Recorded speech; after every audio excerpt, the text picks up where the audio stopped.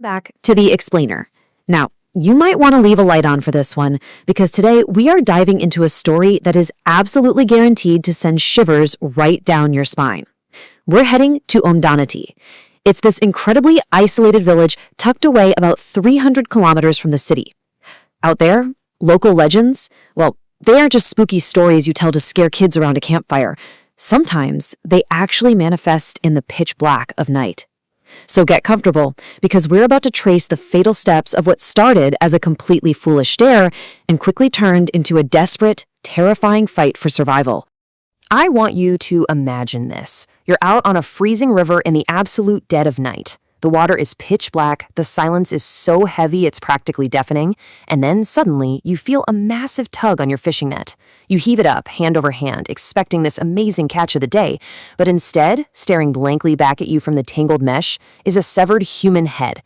I mean, what would you even do? Well, for three friends out on what was supposed to be just a fun, rebellious night, this wasn't some hypothetical thought experiment. It became a grim, inescapable reality. So, after pulling this gruesome, dripping nightmare into their tiny wooden boat, the three guys completely lose it. Pure panic sets in. They try to flee, but get this, the boat suddenly just stops, dead in the freezing water. It literally refuses to move an inch. They are completely trapped in the middle of this river, swallowed by darkness, sharing a cramped space with a severed head, and utterly helpless. Actually, scratch that, it's worse than helpless. It's claustrophobic terror. To understand how on earth they ended up in this nightmare, we need to rewind the clock just a little bit. It all started on a rainy, unseasonably cold March afternoon at Hari's tea stall. Our three friends, Sartak, Vinay, and Lalit, are just hanging out, killing time, sipping tea, and complaining about the miserable weather. You know how it is when you're just bored out of your mind. That boredom breeds a wildly stupid idea: renting a boat for a midnight fishing trip.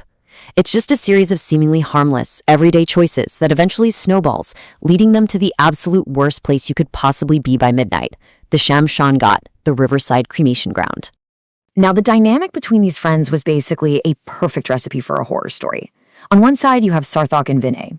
These guys are thrill seekers, totally dismissive of village superstitions, and honestly, just foolishly brave. But then you have Lalit. Lalit is terrified of the dark, and he is absolutely terrified of the supernatural.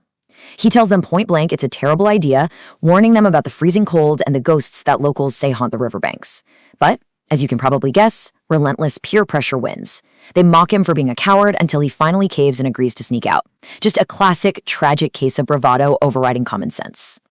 So, the doomed plan is officially in motion. By evening, Vinay heads over to the hut of Dundadam Kaka, who is this old, weathered village fisherman.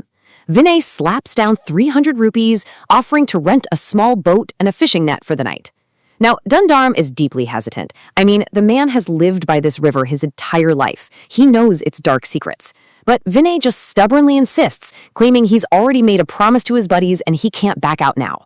And right here is where they hit a massive, glaring red flag. Old Danaram looks at this young kid and gives him a chilling warning. He says, "The quiet river becomes very restless at night. Things appear that are too terrifying to endure." He explicitly tells them they don't have the age or the strength to handle what lurks in those dark waters. It's a terrifying, totally serious warning from a wise elder. But, wrapped up in their youthful arrogance, the boys brush it off entirely. No big deal, right? Danaram realizes he's not going to stop their foolishness, so he tries to give them one final line of defense. He actually refuses their money, but he absolutely insists they wear a protective black thread around their wrists. He swears up and down it'll keep the danger from touching them. Vinay takes it and shares it with Lalit and Sarthak, but Sarthak, being the ultimate skeptic, dismisses it completely. He actually mocks the idea that a simple piece of string could protect them from anything. It's exactly the kind of tragic hubris that always comes back to bite you. So they row out into the night, and man, the atmosphere becomes incredibly oppressive right away. We're talking pitch black darkness. There is absolute isolation, not another soul in sight. Every little splash of the river water echoes so loudly and ominously against the dead silence. And all around them, echoing from the unseen riverbanks, they hear the chilling, eerie howling of jackals. The creeping dread is just palpable. It's thick in the air. Even the bravest of the three starts to feel that cold knot of genuine fear forming in the pit of his stomach. They're out there for hours, and they don't catch a single fish.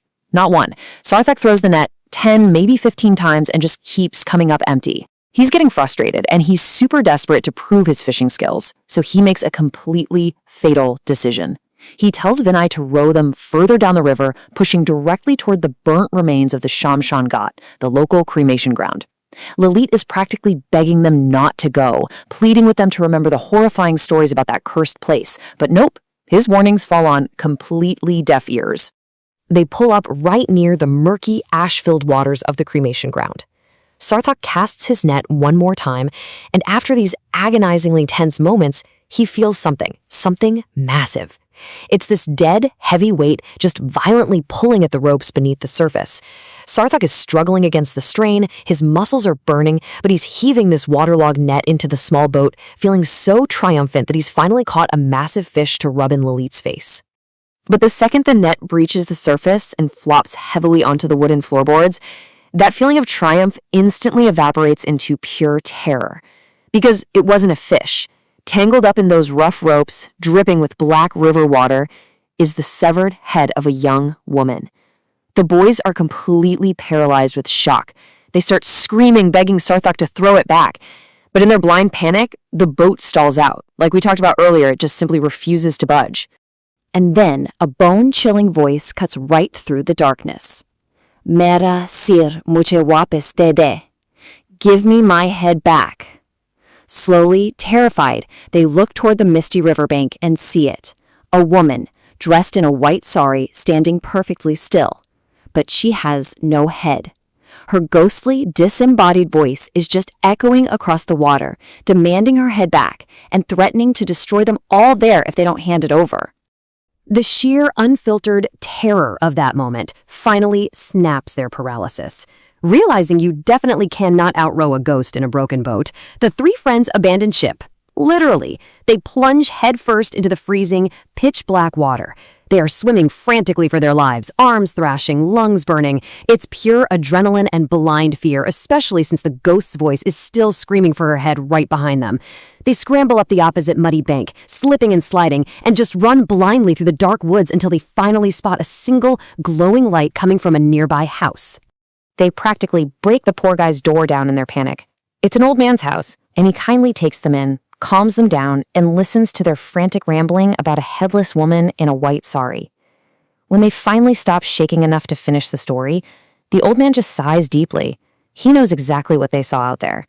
And the boys ask him the one terrifying question we're all wondering. Who on earth was that headless girl? The old man reveals a backstory that is, honestly, even darker than the ghost itself, because it's rooted in horrific human cruelty. Years ago, a girl from a neighboring village fell deeply in love. Her family strictly forbade the relationship, but she eloped anyway. In this brutal, unforgivable act of so-called honor, her own family hunted her down, murdered her in cold blood, and dumped her mutilated body right near the very cremation ground the boys were just fishing at. It's absolutely sickening. But the horror didn't even stop at the murder. To make sure no one could ever identify her body and tie the crime back to them, her family completely decapitated her.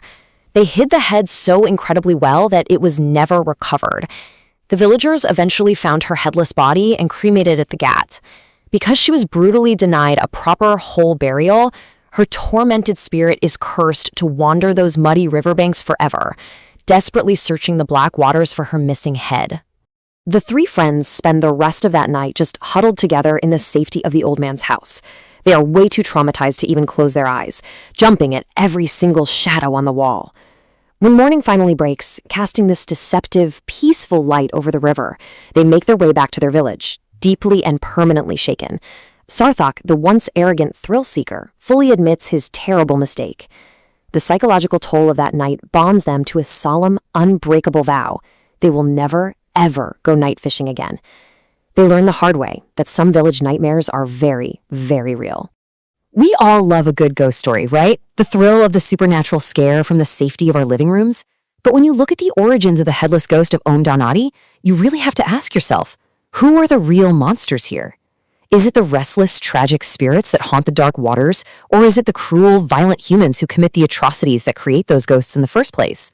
It's a deeply chilling thought to end on. Thank you so much for joining me as we ventured into this terrifying tale. I hope this explainer shed some light, or maybe some darkness, on the incredible and sometimes horrifying folklore that exists just beyond the edge of town. Until next time, stay safe out there, and maybe, just maybe, listen to the locals when they